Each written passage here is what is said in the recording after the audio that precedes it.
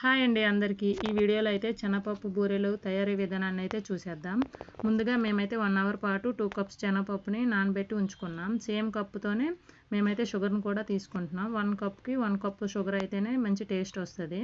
అలా అని చెప్పేసి ఒక మిక్సీ జార్లో కొన్ని ఇలాచి అలానే నానబెట్టి ఉంచుకున్న శనగపప్పును కూడా యాడ్ చేసుకున్నాం. యాడ్ చేసుకున్నాక మిక్సీ కొట్టినాక స్టవ్ పైన షుగర్ని మనం ఏదైతే తీసుకున్నామో అదే షుగర్ని అలా యాస్టీజ్గా పెట్టేసి అందులో ఈ మిక్సీ కొట్టిన శనగపప్పుని అందులో వేసేయాలి. వేసినాక బాగా మిక్స్ అయ్యేటంత వరకు కలుపుతూ ఉండాలన్నమాట. కలిపినాక చూడండి ఇలా మొత్తం మిక్స్ అయ్యేటట్లు చూసుకోవాలి. అలా మొత్తం మిక్స్ అయ్యేటట్లు బాగా స్మాష్ చేస్తూ ఉండాలి. మాకైతే కొంచెం షుగర్ తక్కువ అనిపించి కొంచెం షుగర్ అయితే యాడ్ చేసుకున్నాం. మీకు నచ్చితే మీరు వేసుకోవచ్చు, లేదంటే లేదు. మేమైతే కొంచెం స్వీట్గా కావాలని చెప్పేసి మేమైతే యాడ్ చేసుకున్నాం. కొన్ని ఇలాచీని తీసుకొని దాన్ని ఒలిచిపెట్టినాక అవి కూడా కొద్దిగా పౌడర్లా చేసుకొని అది కూడా ఇందులో వేసుకొని బాగా మిక్స్ చేసామన్నమాట. అంటే ఫ్లేవర్ కొంచెం మంచిగా వస్తుందని చెప్పేసి తీసుకున్నాం.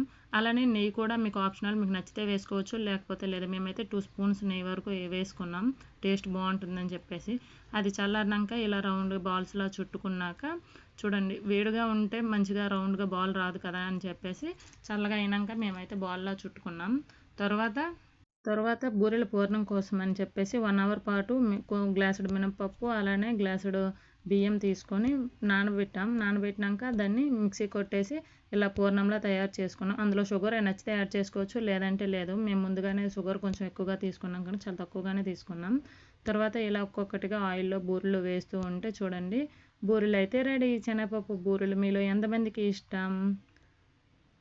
అంతే ఈ video. Bye bye. Please subscribe.